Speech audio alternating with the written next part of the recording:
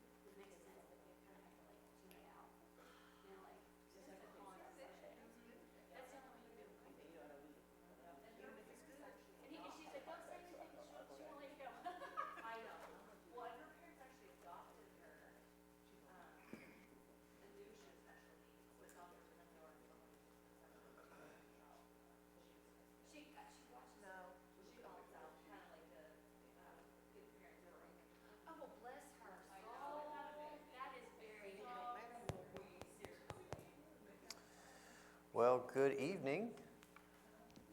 We're a pretty small group tonight, which I guess is not too surprising considering it's dark and cold and foggy and wet. This is the first time I can remember in a while where it's been foggy the entire day. Usually, it's foggy in the mornings and then it clears up. But the whole day we've been living in a cloud. But glad you all are here.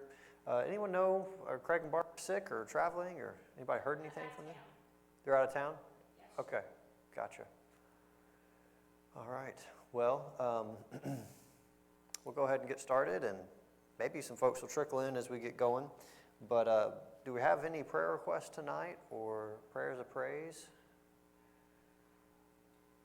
Yes. April's sister. Mm-hmm. Okay. Karen, okay. Make a note.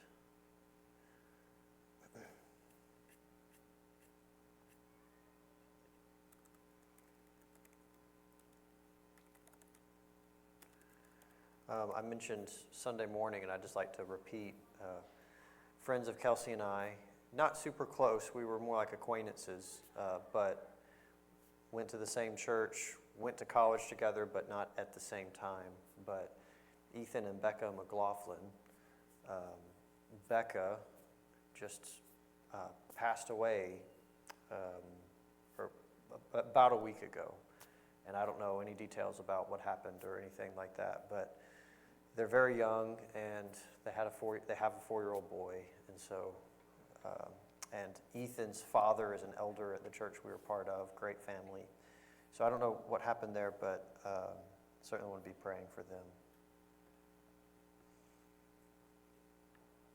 Okay, well, if there's nothing else, bow with me and let's pray.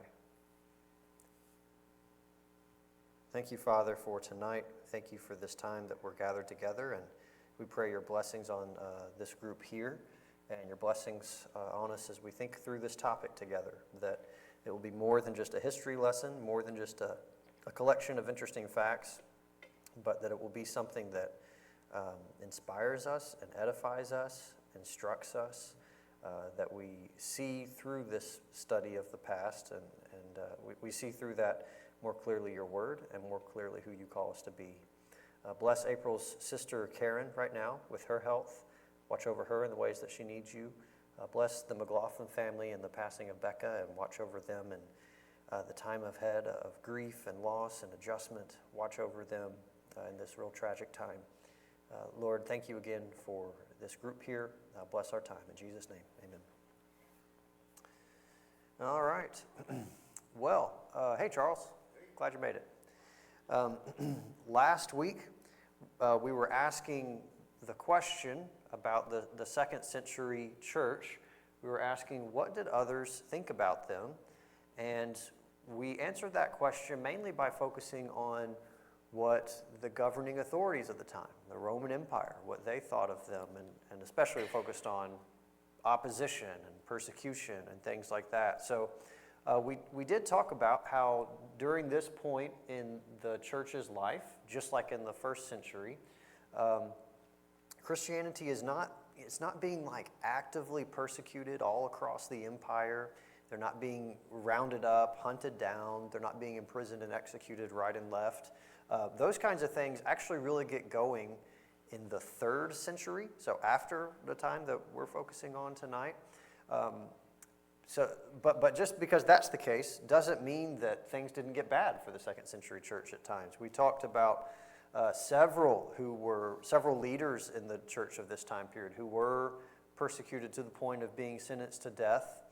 We especially read, if you remember, the Roman governor Pliny write to the Roman emperor about what his policy should be towards Christians, and we read about the 2nd century church leader Polycarp and the great example he set of faithfulness even to the point of death, definitely walking in the steps of Jesus.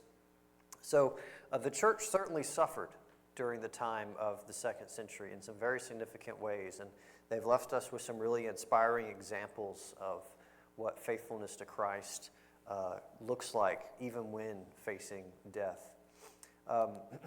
We talked a little last week also about how even when the church wasn't going through like formal, official persecution by the government, which is probably what we typically think of when we hear the word persecution, there could be a lot of informal persecution just coming from the regular people in their culture, a lot of cultural opposition, even if it's not legal opposition. So even when this kind of informal opposition didn't necessarily lead to martyrdom, didn't necessarily lead to Christians being put to death, it could still make life really hard in very tangible ways, economic, social, can make things really hard for Christians. And so we talked about that a little bit, and we talked about how that kind of informal persecution could kind of lay the foundation for formal persecution. If you remember last time we read about the persecution of Nero in Rome, that was actually in the 1st century, and part of how he could get away with that is because people already didn't like Christians. So it was very easy to blame them, and a lot of people were going to go along with that kind of thing.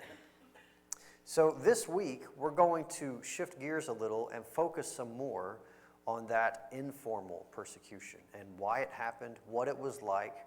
And so this will be another way that we answer the question, what did other people think about the church in the 2nd century? And I think there's a lot of value in this question for us because we also have to think about what others, what non-Christians think, how they perceive Christianity today. This is something we have to regularly consider. So there are, if we think about those who are not Christians and what they think about Christianity, there's a whole spectrum, right? There are those who are genuinely interested, maybe attracted, maybe they're curious about what Christians believe and what they do. They're seeking truth. And then there are those who are more or less just indifferent. They just don't really care what Christians do one way or another. And then, of course, there are also those who are hostile to Christianity, who really hate it for one reason or another.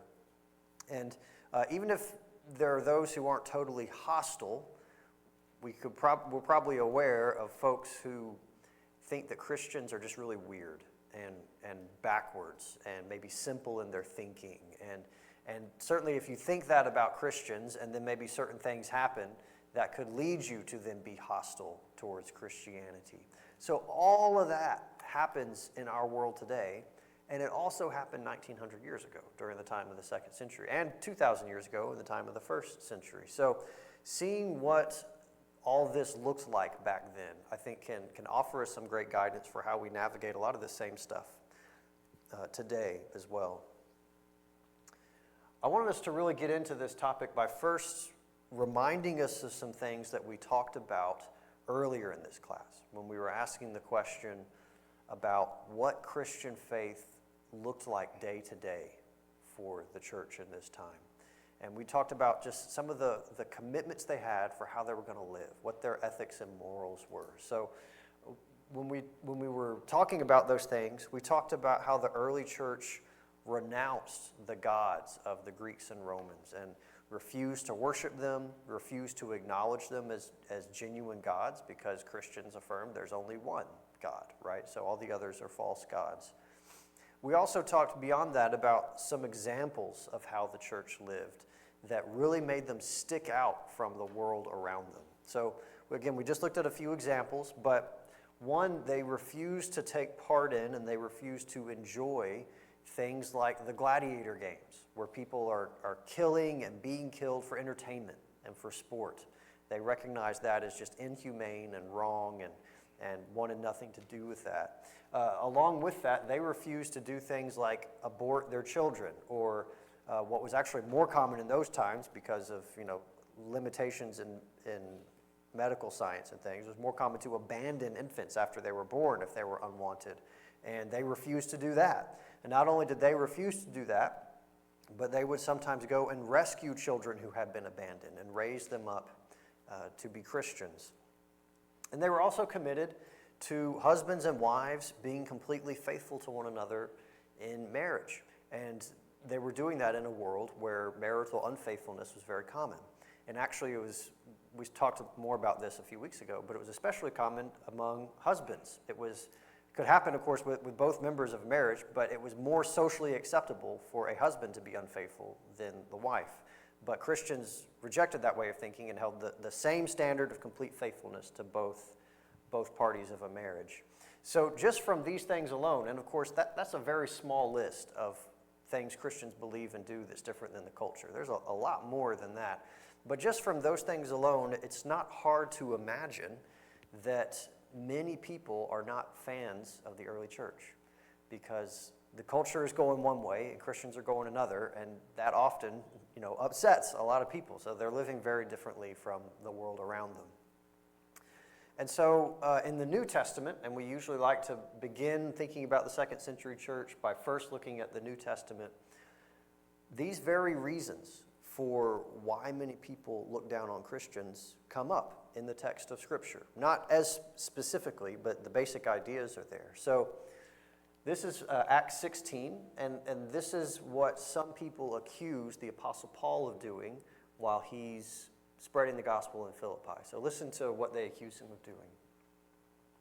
And when they had brought them, that's Paul and Silas, to the magistrates, they said, "These men are Jews, and they are disturbing our city. They advocate customs that are not lawful for us as Romans to accept or practice." Okay, so that's rather generic, but they're saying they're advocating un-Roman ways of living. And that would definitely include the worship of other gods. That was part of the Roman way of living. And they don't come right out and say that here, but they're basically saying that these folks are dishonoring the gods because, as we know, Jews and Christians refuse to worship those gods and accept them as gods. So that's definitely part of what they're saying when they say these folks are advocating customs that are unlawful for us to accept as Romans. Here's another example. This is from 1 Peter. This is chapter 4, verses 3 and 4. Peter says, For the time that is past suffices for doing what the Gentiles want to do, living in sensuality, passions, drunkenness, orgies, drinking parties, and lawless idolatry. With respect to this, they are surprised when you do not join them in the same flood of debauchery, and they malign you. So already in the New Testament, some folks are seeing Christians are living very differently from the world around them, and they don't like that. They hate that. And so they put Christians down for not joining in, for not going along with the crowd on all the ways that they're living. So these are just two examples. There's certainly other passages we could look at from the New Testament as well. But I think this is enough to just kind of give us the idea of what we're talking about for tonight. Already in the time of the New Testament church, people are looking at how Christians refuse to worship the gods, how they live differently, and they really despise Christians for that. They really do not like that. And this is something that we'll talk about as we keep going. It's not just that they don't like it because it's different. That is part of it, but it actually goes deeper than that. There's also a real fear of Christians because the thinking is that they're dangerous, that they are kind of destabilizing culture and society by doing things differently, especially as this relates to the gods. So Greeks and Romans, Gentiles, they believed that the gods were the ones ultimately responsible for keeping peace and stability and order in their world. And the thinking was if people stopped worshiping all these gods, well, the gods could get angry and upset all that peace and order. And so you could have disaster, right? Whether it be natural disasters or a plague could break out, or your enemies that you're currently victorious over could start defeating you. There could just be cultural collapse if we stopped worshiping the gods. And of course, Christians refuse to worship the gods.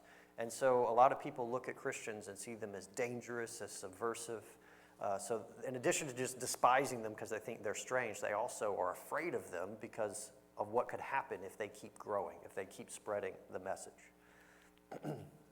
Okay, does that make good sense? Does anyone maybe have any questions or things they may like to comment along these lines? You might have to look at this, but it seems like it's a cultural thing. It's a practice that they did back then. Go ahead. As I listen to you seems like it's a culture thing because it's a practice that they practiced that back then. And I look at it today, seems like we are still on the same scenario of the practice they did then. But there was a 20th century church, but how did they live? Well, they lived just like we live today, basically. Yeah, and even though our culture isn't obsessed with Greek and Roman gods and things like that, there can still be a lot of the despising of really faithful Christians and sometimes a fear of what could happen if they were to keep on growing and things like that. A lot of that can certainly still be part of our culture as well. Okay, so there's a little snapshot of the first century church. When we do move into the second century, we see a lot of these same attitudes towards Christians continue. They're still mocked and ridiculed and despised, and they're also thought of as dangerous. So we'll look at a few examples, and this picture on the screen is the first one. First, I want us to focus on how a lot of people mocked Christians. Then we'll move into how they were also afraid of Christians. But the first example, as you can see, normally what we do is reread stuff in here that people have written. But this is not a written source. This is a picture. This is actually a picture of ancient graffiti, basically, that has survived to this day.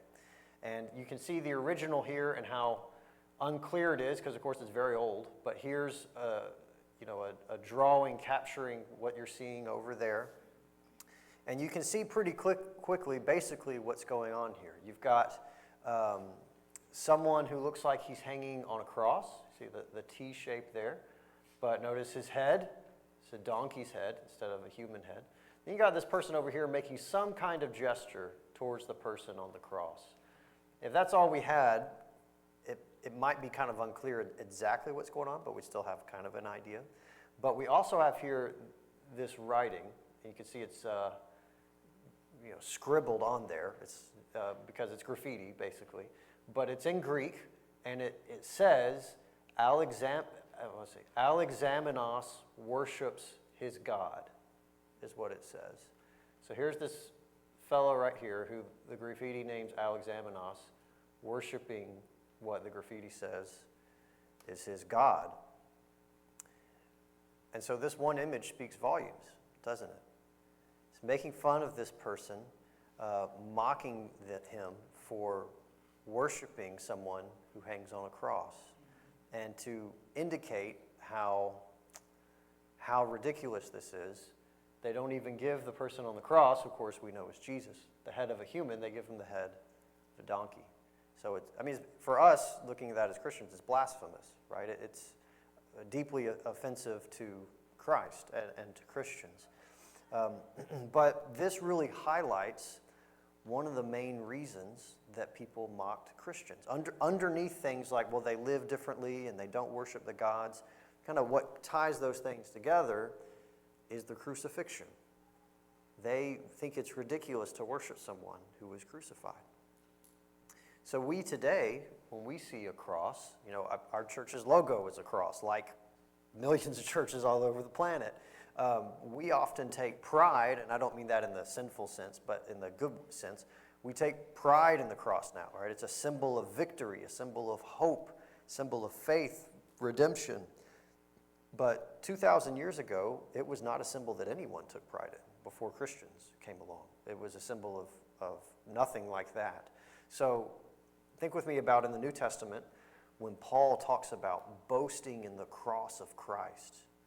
We hear that language today and we know what he means, and it's common for us. But he was saying something truly countercultural and very bizarre, really, when he said that 2,000 years ago. For the average outsider, worshiping someone who hung on a cross was honestly just too ridiculous to be taken seriously. That's really the way they looked at it. So this image that has survived to this day, I think, is very telling of how people viewed Christians. Like we often do in here, let's also take a moment to read some from the writings that have survived from this time. So this is a lengthier written source from the 2nd century. This one is actually not something written by a Christian, which is helpful for tonight because we're asking what did non-Christians think of Christians. This is from a Greek writer named Lucian, And a lot of his writings have survived to this day. And he wrote a lot of satire, a lot of humor. And so this is from one of his satirical stories. It's not an actual historical account of something that happened. It's a fictional story meant to be funny and things like that. But the main character in this story is this guy named Proteus, or as you can see from the title of the book, he's also called Peregrinus in the book. Peregrinus is a character who's basically this fraud who just wanders around deceiving people, and that's how he makes his living. And along the way, throughout this fictional satirical story, he encounters a group of Christians, and he basically fools them all in order to get support from them. So even though this story is fiction that we're going to read a selection from, it's satire. And if you've read a lot of satire, I don't know if you've ever read stuff like the Babylon Bee or the Onion or satirical news sources like that, the whole idea is it's supposed to sound kind of close to reality, but of course you know it's fiction, and that's where the humor comes from. So even though this is fiction, because it's supposed to sound like reality, it still actually gives us a good glimpse into how other people thought of Christians, and a little bit of a glimpse into how Christians really lived. So this is an excerpt from that story. It's a little lengthy, but let's read it together. It was then that he, the fraud guy, Peregrinus, learned the wondrous lore of the Christians by associating with their priests and scribes in Palestine. And how else could it be? In a trice, really quickly, he made them all look like children. For he was a prophet, cult leader, head of the synagogue, and everything, all by himself. He interpreted and explained some of their books, and even composed many. And they revered him as a god, made use of him as a lawgiver, and set him down as a protector. Next after that other, to be sure, whom they still worship, the man who was crucified in Palestine because he introduced this new cult into the world. Then at length Proteus, that's another name for the main character, Peregrinus. Then at length Proteus was apprehended for this and thrown into prison, which itself gave him no little reputation as an asset for his, for his future career and the charlatanism and notoriety seeking that he was enamored of. Well, when he had been imprisoned, the Christians, regarding the incident as a calamity, left nothing undone in the effort to rescue him. Then, as this was impossible, every other form, so in other words, they did everything they could to get him released from prison. Then, as this was impossible, every other form of attention was shown him, not in any casual way, but with assiduity. That translation uses some wordy things, but basically they're very diligent about this. And from the very break of day, aged widows and orphan children could be seen waiting near the prison, while their officials even slept inside with him after bribing the guards. Then elaborate meals were brought in, and sacred books of theirs were read aloud. And excellent Peregrinus, for he still went by that name, was called by them the new Socrates. Indeed, people came even from the cities in Asia, sent by the Christians at their common expense, to succor and defend and encourage the hero. They show incredible speed whenever any such public action is taken, for in no time they lavish their all. So it was then in the case of Peregrinus. Much money came to him from them by reason of his imprisonment, and he procured not a little revenue from it. The poor wretches have convinced themselves, first and foremost, that they are going to be immortal and live for all time, in consequence of which they despise death and even willingly give themselves into custody, most of them. Furthermore, their first lawgiver, talking about Jesus, persuaded them that they are all brothers of one another after they have transgressed once for all by denying the Greek gods and by worshiping that crucified sophist himself. Sophist is a word meaning basically a person who sounds smart but who's really foolish. Worshiping that crucified sophist himself and living under his laws.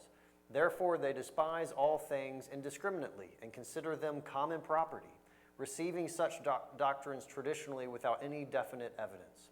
So if any charlatan and trickster, able to profit by occasions, comes among them, he quickly acquires sudden wealth by imposing upon simple folk. All right, I know that's also quite wordy. There's quite a lot here, and actually, if you think about it, a lot of what we read, and I'll talk about this more later, a lot of it actually sounds a lot of it actually reflects pretty well on Christians as we read it from a Christian standpoint. We see how, yes, they've been deceived by this fellow Peregrinus, but notice how they bend over backwards to take care of him when he's thrown into prison. They take up a collection, they visit him every day, they even sleep in the cell with him. They have Christians from other places also coming to help him out. He talks about how they share all their property, they have it all in common. They despise death because they believe they're going to live forever. So all this sounds pretty good to us, but of course, Lucian writing this did not intend for any of that to make Christians look good. He's intending all of this to make them look bad. And his main point here is how easily, he says, Christians can be deceived. They can be hoodwinked, and they can be taken in by a fellow like this Peregrinus guy. So the idea is he quickly deceived them, and we even read, I think back on the first slide, he deceived them so quickly that, and so well, that he wasn't just considered a Christian, but he became a leader among the Christians. He even wrote some of their books. We talked many weeks ago in this class about how much the early church loved books, and he's saying he even wrote some of the stuff that they read. And notice that, let's see where it went. It's a lengthy quote. There we go. It says, Lucian says, they even started to worship this fictional guy, but second only to Christ, right? The one they primarily worship is the one who was crucified. And so this, I think, is where kind of his main point really gets across, is especially right here. He's saying that, look, anyone stupid enough to worship someone who was crucified is stupid enough to be deceived by someone like Peregrinus. So we get at that same idea that was in the graffiti, right? It's just ridiculous to worship someone who was crucified.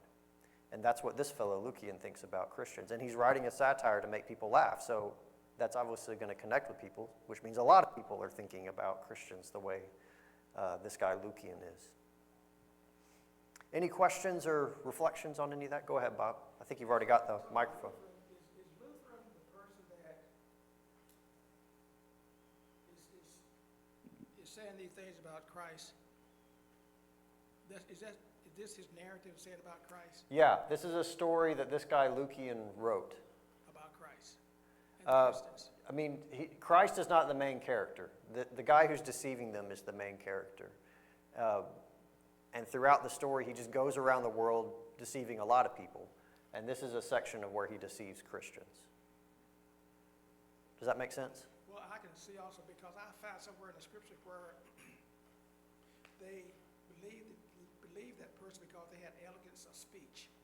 I can't remember the scripture on that. And sometimes we are geared to that as well because they have they speak very eloquent. Yeah. And we have a tendency to listen to that. Yeah. And we get deceived by that. Yeah. Does that make sense? Yeah.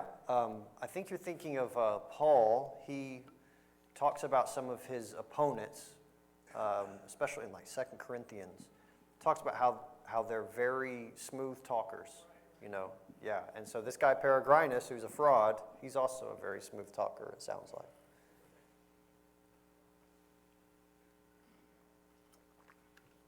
Okay, well, I think just from these two examples alone, the graffiti and what we just read, we can see the mocking and the ridicule that early Christians endured. And again, this was already going on in the first century, like we read from 1 Peter, and it continues on into the second century. But also, like I was saying, mocking and despising Christians is not quite all there is to it. There's also fear of Christians. There's this idea that they're dangerous to society. And with that fear came all kinds of false accusations and rumors about Christians. And fear, of course, when people are afraid of things, they're very inclined to believe false accusations and rumors, right? Fear has a way of really clouding our judgment and making us quick to believe things that aren't true. And so as we read what some of these rumors are, we'll see how just wildly false they are, but people believed them back in this time. And I know when we think about, when I put these rumors up on the screen, you'll see how ridiculous they are. I know that for us living today in the year 2025, 21st century and all this, with all the advances we have and all the knowledge our culture has about history and science and things, we might like to think that we're above believing such obvious falsehoods. I remember back, I was just a little kid at the time, but when the internet first really came out and people were talking about how promising this was, because this is going to open the floodgates to all kinds of knowledge and information and education that's going to just bless so many people. And of course it has done that some, but it's also provided all kinds of false information, right? And it's fueled all sorts of rumors and conspiracies and just blatant lies and things that are not true. And that same kind of thing was happening 2,000 years ago. They just didn't have things like the internet and social media, but they still did the same thing that happens today. So among these rumors, Christians were sometimes accused of engaging in secret crimes and these just abominable acts.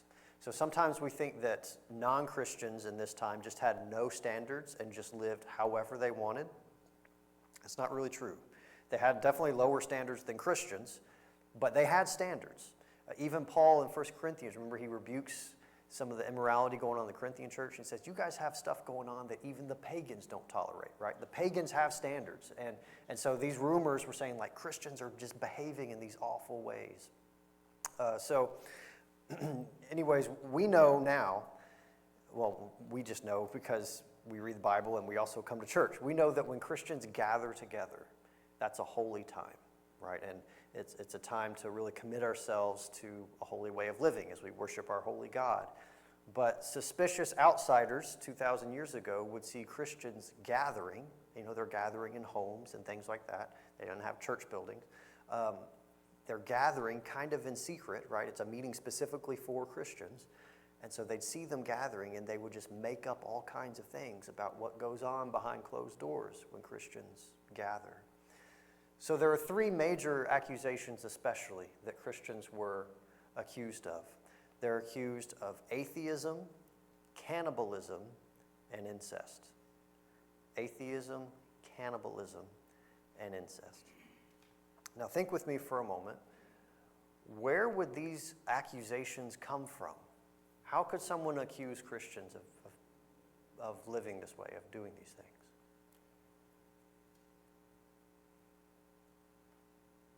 Okay, well, let's take the first one, atheism. Christians refuse to worship the gods, right? So, sounds like an atheist, right? Now, when we hear atheist today, we mainly think someone who doesn't believe in any God, and that certainly could happen 2,000 years ago, but it mainly means someone who just refuses to worship the gods, whether you believe in them or not. You refuse to worship. And so, Christians are called atheists. How about the second one, cannibalism? Well, what did Christians do every Lord's Day when they gathered together? They worship, but what specifically? Take the Lord's Supper. And think about how they talk about it. Even the way Jesus talked about it. Talks about it as his body and blood. So if you hear a little bit of that language and you already don't like Christians and you're afraid of them, you're suspicious of them, all right, well, sounds like cannibalism. If you were here in Sunday morning Bible class a couple weeks ago, we read out of John 6 where Jesus says, you must eat my flesh. You must drink my blood. And we read how even the Jews hearing that were like, what is he saying? And if that's what they're thinking, then that's of course what outsiders are going to think too when they hear this kind of thing. And then the third one, incest. Well, how did Christians refer to one another? Brother and sister. And they're meeting in secret, right? And so again, if you already don't like Christians, you could put two and two together, reach the wrong conclusion. Another thing too, if you don't mind. Yeah, go ahead. We look at atheism, they believed in some God, something. but there are others that didn't believe in anything. Uh-huh. They were just totally opposite. They didn't believe in anything. And I'm looking at 1 Corinthians, and I think it's 1 Corinthians, talking about adultery. I think that plays a big deal too in this situation with you.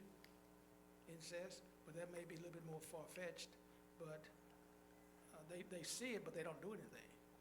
Oh, yeah. Yeah. In 1 Corinthians 5, yeah, it sounds like incest at first. He talks about a man sleeping with his father's wife, Right. which is maybe incest. You'd expect them to say a man sleeping with his mother. It might mean basically his stepmom, a man sleeping with his father's wife, which is still something the pagans knew was terrible, even if it wasn't full-blown incest. But when Christians call each other brother and sister, sounds like incest, right? Okay, I'd like us to read from one example of this kind of thing, these kinds of rumors.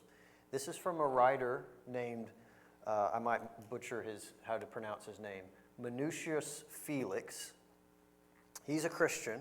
He actually lives outside of our scope. He actually lives in the 3rd century, but very early in that time. And in what we're about to read, he's not saying what he thinks. He's actually in the middle of quoting what a non-Christian from the 2nd century said about Christians. All right, so that's part of why he's still worth mentioning. So he's not saying he believes this stuff. He's quoting an outsider and what an outsider, a non-Christian, is saying about them. And this is some of what the critic says. And let me just warn you, as we read, some of this gets a little bit graphic. Nothing in comparison to what you can find on TV today, but it gets a little bit graphic. So let me just warn you. But this is what he says. Everywhere also there is mingled among them a certain religion of lust, and they call one another, of course talking about Christians, call one another promiscuously brothers and sisters, that even a not unusual debauchery may by the intervention of that sacred name become incestuous. It is thus that their vain and senseless superstition glories in crimes. Nor concerning these things would intelligent report speak of things so great and various and required to be prefaced by an apology, unless truth were at the bottom of it. In other words, that's a wordy way of saying there's got to be something to these rumors. I hear that they adore the head of a donkey. I hope that sounds familiar earlier tonight. They adore the head of a donkey, that basest of creatures, consecrated by I know not what silly persuasion, a worthy and appropriate religion for such manners. I know not whether these things are false. Certainly suspicion is applicable to secret and nocturnal rites, and he who explains their ceremonies by reference to a man punished by extreme suffering for his wickedness, this is a reference to the crucifixion, and to the deadly wood of the cross, appropriates fitting altars for reprobate and wicked men. All right, I know this is very wordy. He's basically saying, look, some of these rumors might be false, but if you worship someone who's crucified, some of this stuff is probably true, is basically what he's saying. That it keeps on going. That they may worship what they deserve. Again, you worship a person who hangs on a cross, you're going to act this way. Now, the story about the initiation of young novices, right, so this is a rumor about how people become Christians, is as much to be detested as it is well known. And here it is. An infant covered over with meal, so with like dough, basically, that it may deceive the unwary, is placed before him, before the young novice who's becoming a Christian, is placed before him who is to be stained with their rites, in other words, who is to become a Christian. This infant is slain by the young pupil, who has been urged on as if to harmless blows on the surface of the meal, with dark and secret wounds. Thirstily, oh horror, they lick up its blood, and eagerly they divide its limbs. By this victim they are pledged together.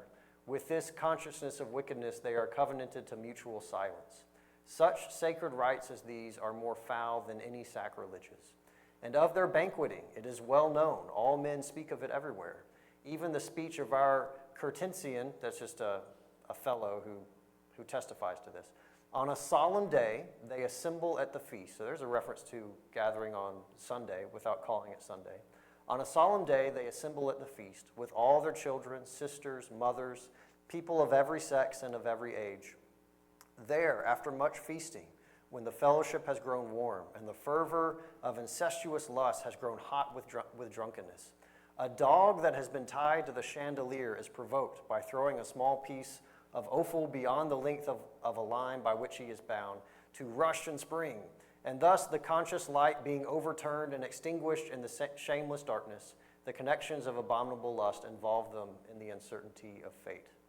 Although not all in fact, yet in consciousness all are alike incestuous, since by the desire of all of them everything is sought for which can happen in the act of each individual.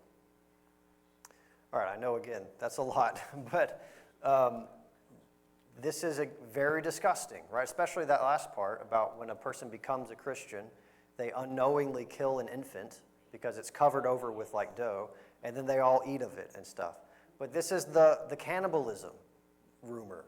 And then it talks about, I thought it was rather crazy the way he talks about the incest. They have this dog who's attached to a chandelier. You throw the dog a dog treat, basically. He runs, the light goes out, and then the incest begins. I mean, it's just nuts, right? We know it's nuts, but this is some of the stuff that people are saying about Christians in the 2nd century. And then again, let me just go back to what he said earlier. He said, they worship someone who hangs on a cross. So some of these rumors might be false, but there's got to be something to it, because if you worship someone who hung on a cross, you're going to do despicable things. And of course, he talked about worshiping the head, someone who has the head of a donkey, just like the graffiti. All right, I'm going to mention one last source for tonight.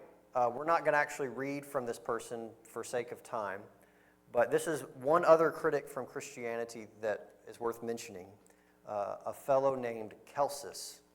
So I'm going to pronounce it. I might be mispronouncing it. But Celsus was a philosopher, and he is significant for our topic tonight because he actually wrote the first written work dedicated entirely to attacking Christianity.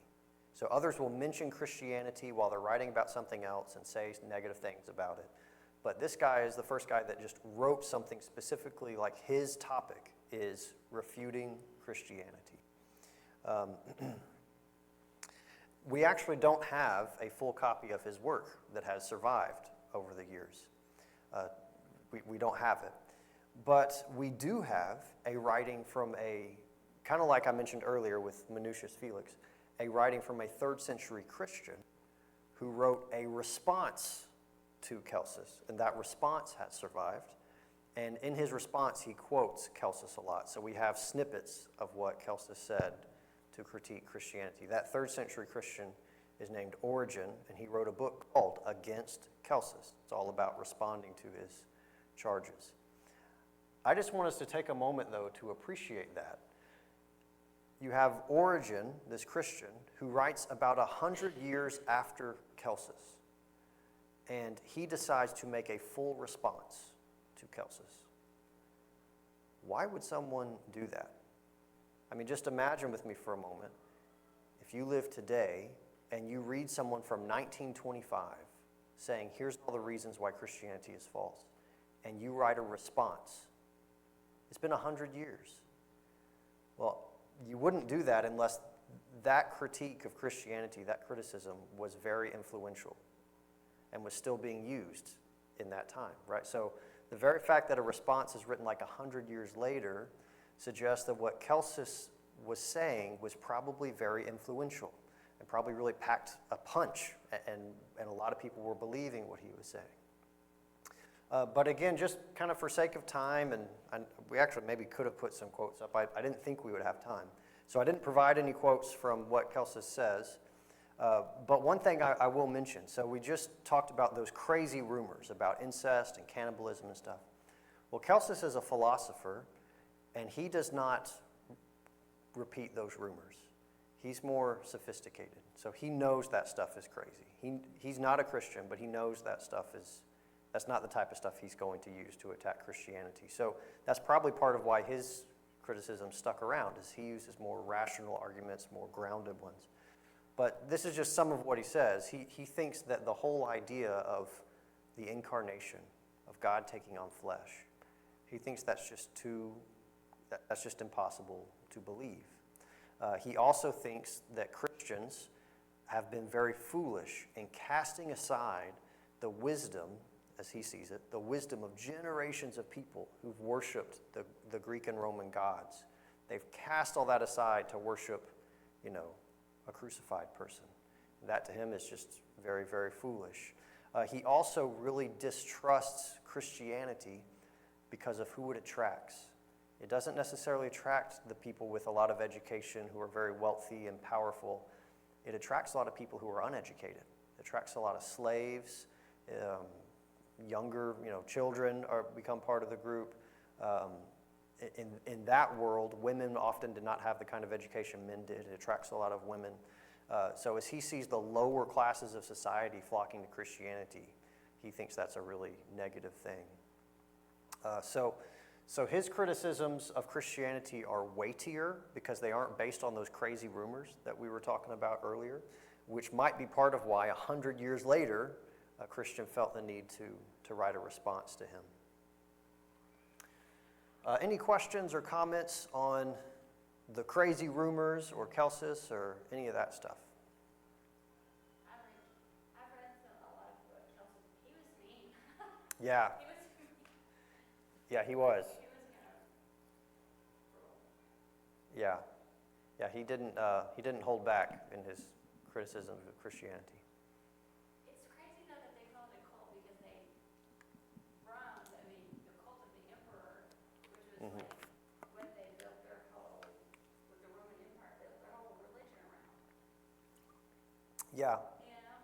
yeah, So so they don't see cult as a bad, concept. right. It's not bad because that's what they believe.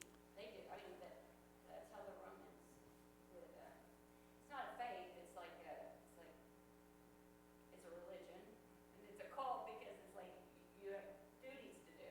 Mm-hmm. And Right. Yeah. There's nothing that is there's no feelings or there's no philosophical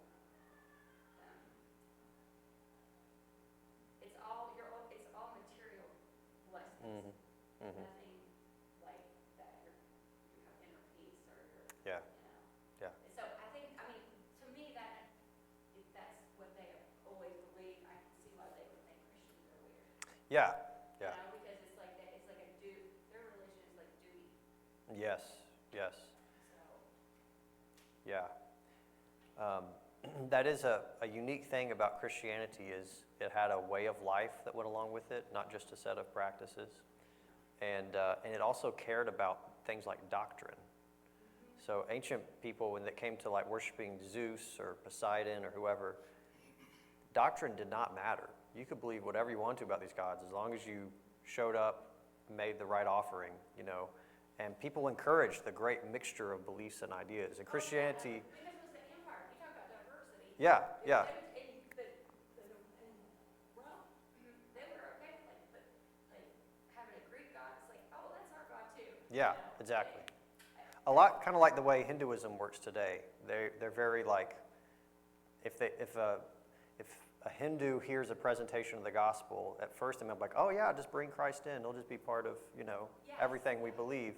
But Christians are like, no, there's a right way to think about God, and there's a bunch of wrong ways. So it's very different in that regard. And I researched, because it never made sense to me because Jews were monotheistic, but yet they never really, they let them worship Yeah. their God. Yeah. And I think it was from what I've researched, just because it was so ancient, and then Romans they really respected ancient. Yeah. Anything that was ancient. It was ancient. It was also tied to a definable ethnic group. Yeah. And it was not the Jews. We read in Acts about God-fearers and things, but the big difference is Jews were just being Jews. Christians were trying to convert people, and they were bringing in and changing people's minds. And so Gentiles were flocking in, and that's what was scary. The Jews were not actively evangelizing. Yeah, and And so that's what scared people, is like, you're changing the culture. That's how they looked at Christians. Like the statistics, they were like 8 to 10% of the Roman Empire. That's a lot of people. Yeah, And you know, you think, oh, they're this little teeny tiny sect. No, they're not. They are. yeah. I mean, they're a minority, but yeah, they're present. When you Yeah, look at the whole empire, they had a good amount. I mean, like a third of Alexandria was Jewish, yeah, which is where the intellectuals were. So. yeah. I just don't understand why there's, I mean, because I read a lot of recently on them Mhm. as well, and it's just like they thought they were so ignorant. Yeah. To me, I just don't get it. Well, and they also did think Jews were very ignorant and backwards. Like, they really hated the Jewish people, but they put up with them because it was a definable ethnic group, an ancient religion, and they're not trying to, like, convert the world. But Christians are trying to convert the world, and it's new, right? And so, yeah. All right, well, we've just kind of gotten a glimpse tonight of what others thought about the early church, really for the past 2 weeks. So again, last week we talked about the formal, the official persecution. Tonight, the informal persecution. I just want us to take a moment to appreciate what the church did in response. And this is how we'll close out. 2 things the church did in response. I especially want us to focus on the second one. But as people are mocking Christians, despising them, spreading all kinds of false rumors, afraid of them. I mean, some of this stuff is just gross and disgusting that's being said about Christians. 2 things they did. One is they responded to this stuff. So we talked earlier about Origen wrote a response to Celsus, and we've talked about apologists in here like Justin Martyr, who explained the faith to unbelievers. So they made an effort to clear up these false rumors and to show the truth of who they were. That's one thing they did, is they just responded directly to the false accusations. But the second thing, the church largely responded by simply continuing to live their faith. And they truly lived in faith, trusting that in time, who they really were would become clear through the way they lived their lives. This is something that the New Testament talks quite a bit about, living in such a way that when people malign Christians, malign you, others will hear that and know that can't be true, because I know those people. I know how they live. I know what they're like. And with that in mind, again, I want us to go back to the stuff we read Lucian say that was meant to make fun of Christians. And it's actually quite beautiful. I mean, it's sad that he's talking about them being deceived, but beyond that, they visit this fellow in prison. They even sleep in the cell with him. They take up a collection. They do everything to care for this person. And while some people at first look at this and mock it, in time, that kind of behavior would really start to attract people, because what's underneath it? Genuine love and compassion is underneath it. And that's always going to be, in the long run, something that's going to be attractive to many people. So what we see in the response, how the church lived, they responded with faithfulness. They just kept on being faithful, kept on loving one another, kept on even loving their enemies. And in time, it would become clear who they really were. And it would become clear that those rumors and all that stuff was completely false. So they were committed to really living out what Jesus says about being a city set on a hill, right? And so there's certainly a lot we can learn from them in the way that they went about living their life, even in the face of this kind of opposition. That's all I've got for tonight. Any final takeaways or thoughts before we wrap up? All right. Well, thanks for being here. Thanks for reading all this stuff with me and thinking about these things. Hope it's a blessing to you, and hope to see you on Sunday.